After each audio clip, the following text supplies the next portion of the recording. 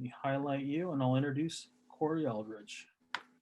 Yes, hi, I'm Corey Aldridge, like Ron said. He and I have done some Zoom calls together with working with UTR and the importance of getting UTR within our high schools. Texas, we've been working with UTR here now for, I want to say 3 years now, and we're on board.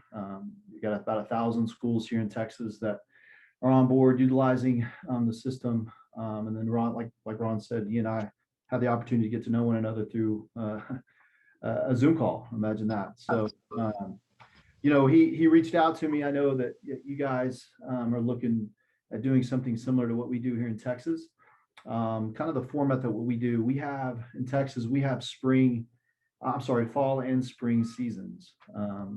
We're just like San Diego. We're pretty mild for the most part. There's certain parts of West Texas that gets bad weather, but in Dallas, where I'm at, it's pretty warm. We don't really have a lot of indoors, not a whole lot of need for an indoor facilities.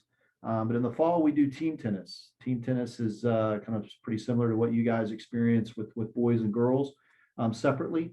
However, we do ours together. We play the best of 19 matches. That sounds like a lot. However, it's just what we do. I've been here 16 years in Texas.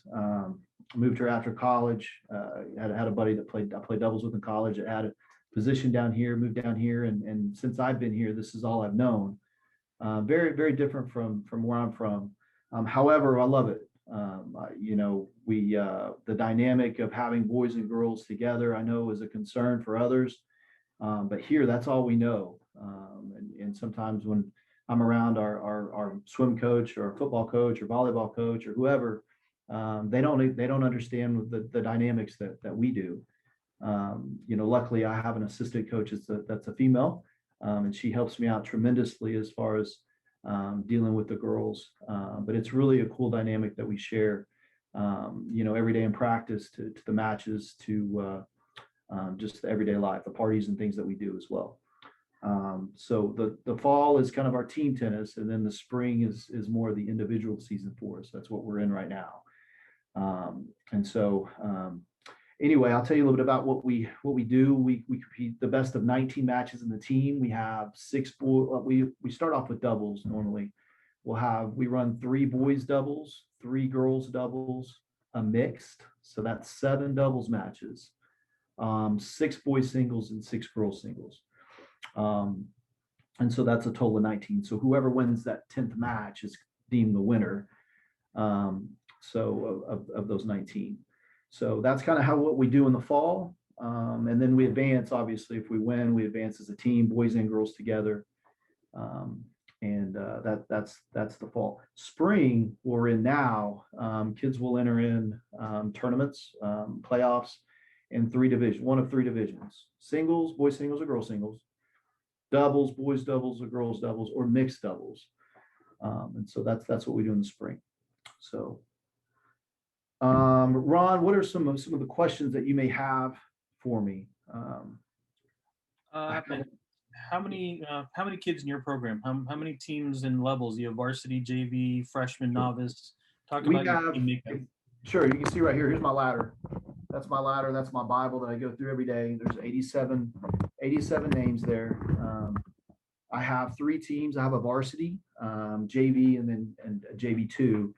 I keep 12 and 12, so 12 boys and 12 girls on varsity, 12 boys and 12 girls on JV1, and then I have more on my JV2 team. And so that may seem a lot to what you guys are used to, as far as, I don't know how many, what's common, but we have 8 courts. 8 courts in Texas is pretty standard. There's some facilities that will have more. There's a school district here in Dallas who only has 6, but they make it work as well. And so usually I keep on 8 courts, I can run an effective practice with usually about 24 is a pretty good number for us. So. As far as when you go through a team, how do you do tryouts? Is it individual tournaments? Do you doubles? Do you do mixed? I mean, how do you structure picking your team and selecting your team? Sure. So this last year was the first year we utilized UTR. My kids know from the get-go and the parent meetings that we go really heavily on universal tennis rating. Our kids in the area that we're at, majority of our kids participate in USTA or UTR tournaments. And so they have that rating already. They already have it. They're already familiar with it. And so that's been a bonus for us. However, we do come across some, especially at the more the JV2 level, that they're not really playing tennis, but they're good athletes and they can play. And so what we do is, if they're new to our program, we have a week tryout system. With those that are new, they come and they try out. I bring them in and they'll try out. Basically, if they have a UTR where I know where they're at, I still have them come try out. I still want to see those kids. As we know, UTR is not everything. X's and O's isn't everything. I want to see them, and I want to see them compete. I want to see their attitude. I want to see their work ethic. And so for that full week, we run them through a series of drills. We run them through a series of match play, and then we have some tests that they, basic, scoring tests and what would you do in this scenario things, which kind of gives us as coaching staff, our coaching staff, that kind of gives us or me and my two assistants, gives us an idea of their background. Are they familiar with tennis? Are they beginners? And if they're beginners, hey, we'll move you over here. It gives us a little bit more background info on them. But UTR has really been helpful for us as far as, giving us more of an objective rating to go along with our subjective rulings that we make on tryouts. So. All right. One of the questions I'm getting here is, so you said you had 12 and 12 on your varsity, 12 boys, 12 girls, and then your JV and JV2 as well. With your 8 courts, and I know a lot of us here in our section, it's 6. Most of them have 6 courts at most. There's a handful that have more, but it's in general 6. How would you run a practice with those 24 kids on your courts and kind of what you do? Well, when I was thinking about this today, and I was looking at our list here, and with UTR, I mean, I utilize UTR every day, whether it's from practices. This morning, like I said, I had 24. And I have a sheet that I keep in the hallway of the kids, I update it every month, of the kids from 1 through 24, their UTR rating. Since all their high school matches are going in, it's pretty accurate. It's almost, if we were to, I don't use this ladder as much as I used to, which is a good thing. I don't care so much if my kid can go out and beat another one of my kids. We're the Dragons here in Southlake. I don't care if a dragon can beat a dragon. What I care about is, can a dragon go out and beat a lion or a Mustang or whoever they're playing, because my kids know each other. We know each other's strengths and weaknesses. And so a silly challenge match, sometimes that isn't necessarily what I want. So by UTR, by taking in those last 30 matches, that's what I'm concerned with. That's why I rely so heavily on that. And the kids know it and the parents know it. But this morning, for instance, I broke down the top 12. I kept on one side, and the second, or 13 through 24 was on the other side. We have 2 rows of 4. And then we ran a series of drills. A lot of what we do, especially our varsity level, is mostly live point play. We do box feeds some, on specific things. We do a lot of live drills. I'll have 8 baskets, basket or cart on each court. The kids can, feed whatever. That's another thing is I teach the kids to feed. I've got high level players. We've got a kid that's a 10, 6, almost an 11 UTR, and he can't feed a ball because he's trying to feed with the semi-western grip. So that's a good thing that we use, but UTR is critical. It really helps us with the numbers. 24 may seem like a lot of kids on 6 courts, but I think for the most part, it's doable. You could run 4 per court and have an effective practice if you plan ahead. I mean, that's the thing is, I know in some of my earlier coaching days, I'd show up and try to run a, practice in 10 minutes before it started, and it would be horrible. But so, I think if you do the proper planning, and, you could get it done for sure. So cool. Another thing real quick with UTR, pretty much every school in the larger metro areas here in Texas are utilizing it. Dallas is really big. Every school, I won't play at school unless they're using it. They know that. And there's some rural Texas that isn't necessarily on board yet, but they're working on it. But Houston, Dallas, Austin, San Antonio, some of these bigger metro areas are all using it. So I'll look at UTRs, and the Power 6 is what UTR has. I think that's on you guys will learn more about that. and give me an idea. Hey, will this be a competitive match? What I don't want to do is I don't want to take my kids to a school and get throttled. I don't want to. It'll be a waste of their time, a waste of my time, waste of my evening.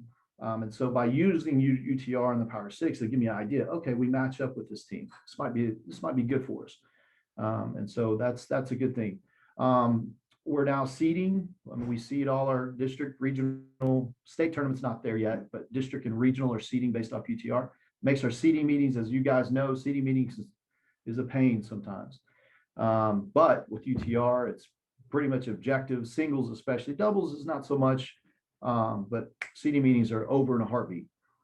So that's helped us a lot too. USTA, I mean, most of you know USTA is seeding off UTR, a lot of tournaments. And so that makes things, and if you follow the tournaments, you'll see semifinals, normally the top 4 seeds make the semis. Not always. There are some upsets, but for the most part, it happens, especially in high school tennis in Texas. So. And more to elaborate on practice, Corey, and it's like you said, you've been doing this for a while, but for us, this is for the most part brand new. Having a co-ed team, and I know a handful of us have done a world team tennis league in years past, so a few of us have a handful of experience working with boys and girls on the same team. Kind of little intricacies there, working with boys and girls, and matching them up on the same court. Even just teaching them how to work together. Boys and girls when they're playing mixed doubles. Can you kind of touch on some of those things that you do during practices and address during matches? Absolutely. And with you, I mean, I keep bringing it out. It's broken record, but with UTR, like I said, the top 12 kids, when you think, oh, boys are always going to be better than the girls, absolutely not. I had 4 girls over here with my boys and 4 boys with my girls, and they mingle in and they're having competitive, good, effective practices, and just simply because their playing levels are so much closer. Mixed doubles, I think it's been great. Mixed doubles is my favorite thing to coach as a coach.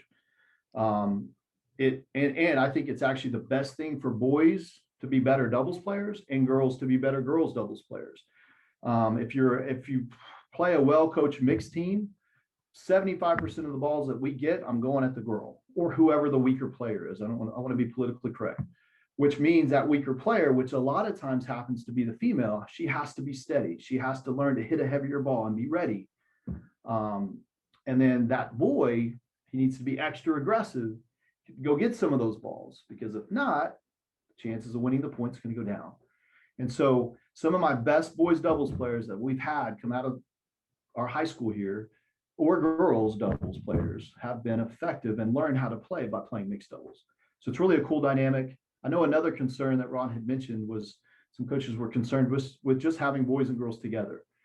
I actually, like I mentioned to start, it's really a cool dynamic. I mean, it's like no other sport really. They mingle well. They like it. Now, it's every now and then you got to, just like boys and girls, I mean, you got the hormones going and you got to keep an eye on that sometimes. But at team events, when we're playing matches, just to hear the boys screaming for the girls and the girls screaming for the boys, it's just really a cool feel, from a coach to sit back and watch. And, I was in a wedding, or I went to a wedding last summer of 2 former players, boy and girl who met on our team, and they went through college. Now they're married. It's really cool just to sit back. So much of what we do, and as you coaches know, very small, a fraction of what we do is actually the X's and O's on the court. What we mostly do is we're counseling, working with kids, we're helping them, we're trying to figure things out. And to be able for me to work with boys and girls and that dynamic has really been rewarding as a coach. So I love it. I can't imagine going back. Cool. And as far as practices, how long are your practices for each team? Varsity week. I practice my varsity kids, my better kids, in the morning. We go for an hour and a half, which allows them to go to their academies or their drills in the evening. So we go about an hour. Well, I say hour and 45, from 7 to 8:45 every morning. And then our JV is about the hour and 40 minutes in the afternoon. So under 2 hours, you would say, for your Correct. practice times. And then another question was, for your matches, how long are your matches usually? It's a good question.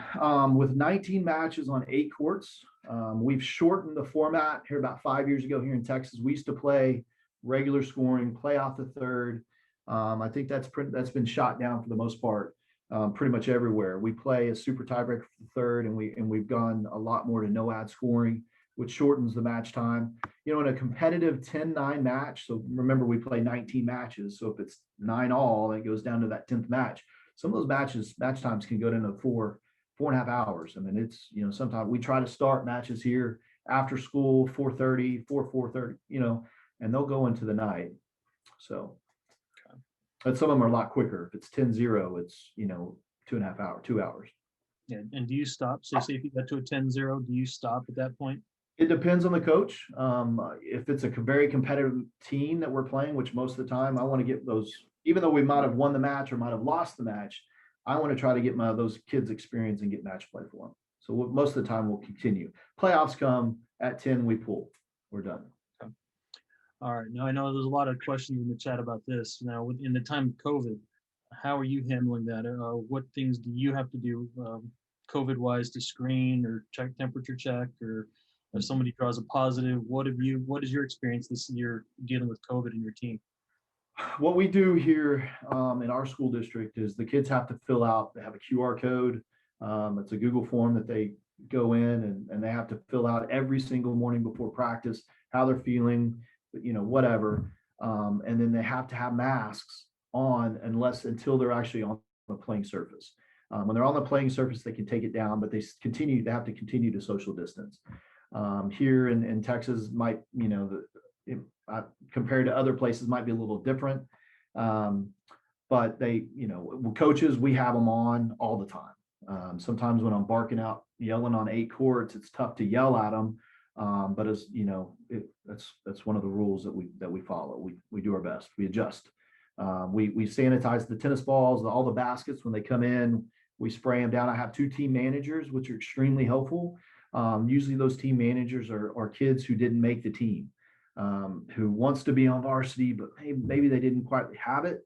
And they're good kids. And so I usually try to keep managers, which makes mine and my assistants' jobs a lot easier. But they spray those, you know, those balls down, turn them over, spray them down.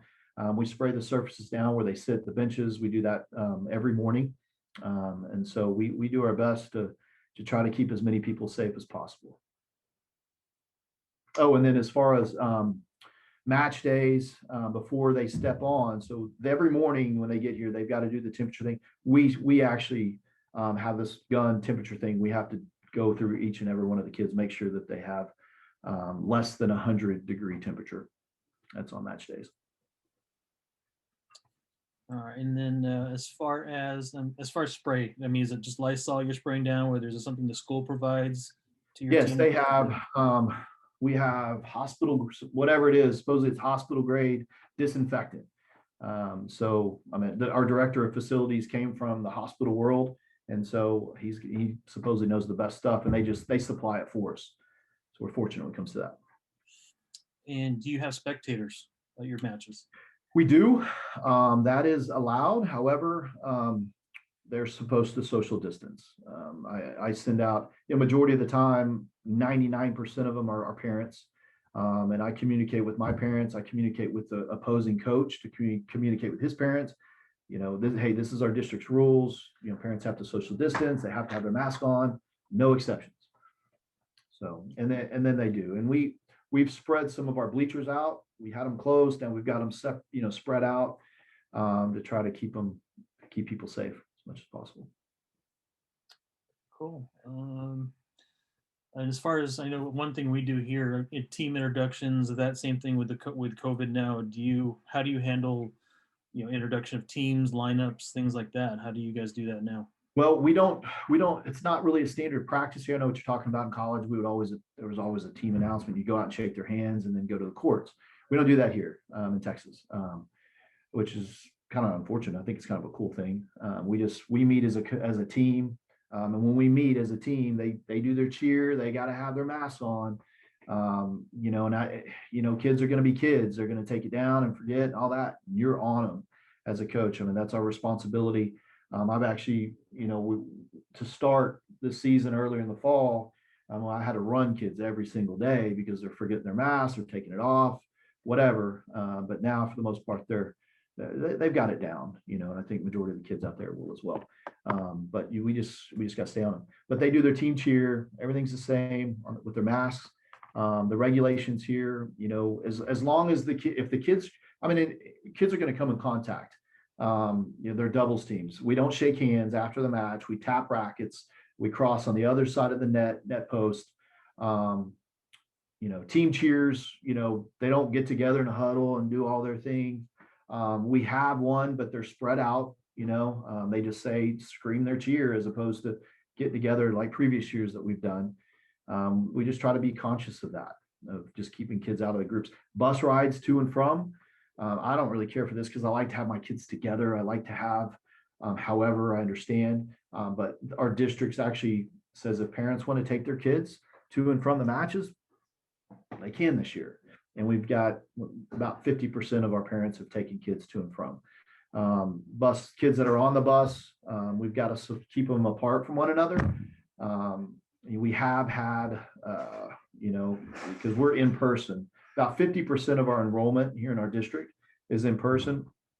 And so every day, kids are getting sent home from close contact. Close contact is really what's kind of hurt us more than anything. It's just, kids sit next to somebody else that might have gotten it or parent got it. And so that's been tough.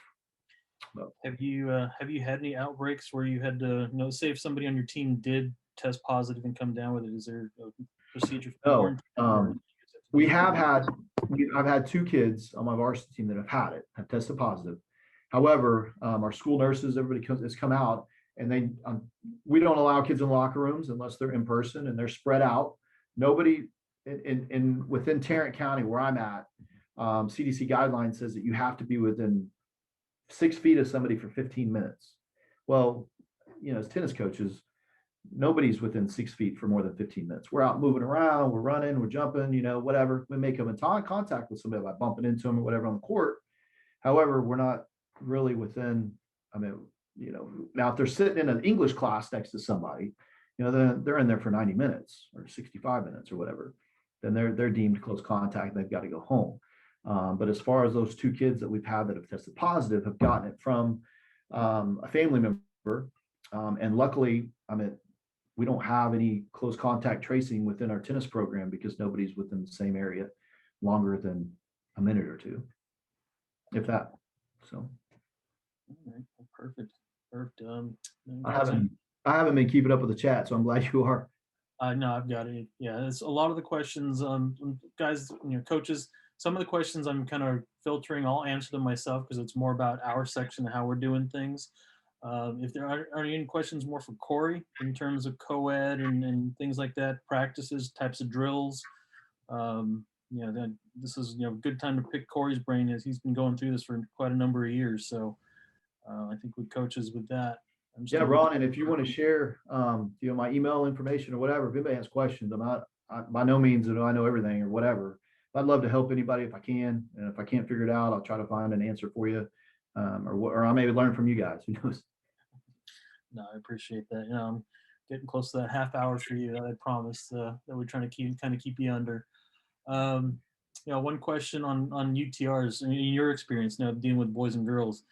If a boy and girl both are UTR 7, are they about the same level if they're 7 in your experience? My experience, I want to say that it depends on how many matches do they have. Is 5 matches telling us that they're a 7, or is 30 matches telling us that it's 7? The more matches that they have within the last year that's saying it's a 7, the closer they're going to be on the level, in my experience. Like I said, when we're seeding, we can almost run, to be honest with you, we can almost run a season, spring individual season right now that we're doing with not gender specific, no boys, no girls, based off if we ran it strictly by singles UTR. Singles UTR is going to be a little bit more accurate in my experience, other than doubles. Doubles UTR, and I think even some of the guys, is John on this? Ron? Yeah, John's here. John's here. I'm not going to tell John this, but even I think some of the UTR guys, doubles just isn't there. Singles, yes, absolutely. Matter of fact, I'm helping host a tournament, and we're seeding doubles based off the singles UTR. We're running the totals together. Whoever have the two teammates who have the highest singles UTR, we're putting at 1. Now, I understand doubles players and singles players are totally two different. Understand you may have a great doubles player and kid can't play a lick of singles. However, for the most part, I would say that the singles is pretty accurate. But if a seven is a seven, seven's a seven, in my opinion.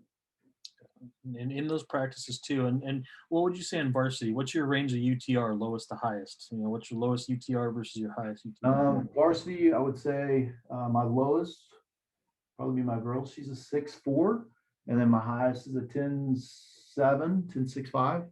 So, Okay. so it's a pretty good. And I'll tell you another thing that we do. We play a game on Fridays. It's kind of a reward that we get. If kids work hard on Fridays, they love to play a game called Tringles. It's 3 on a court is live, and I'll bust out two courts will be playing this.